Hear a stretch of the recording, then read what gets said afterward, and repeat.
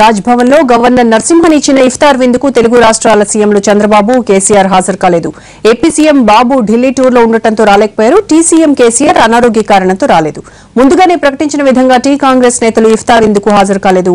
BJP వామపక్ష నేతలు కూడా రాలేదు. ఏపీ ప్రభుత్వం తరపున డిప్యూటీ సీఎం కేఈ కృష్ణమూర్తి, తెలంగాణ సర్కార్ తరపున డిప్యూటీ సీఎం మహమ్మద్ అలీతో పాటు మంత్రులు హాజరయ్యారు. తెలంగాణ అసెంబ్లీ స్పీకర్ మధుసూదనాచారి, మండలి చైర్మన్ స్వామిగౌడ్ తదితరులు విందులో పాల్గొన్నారు.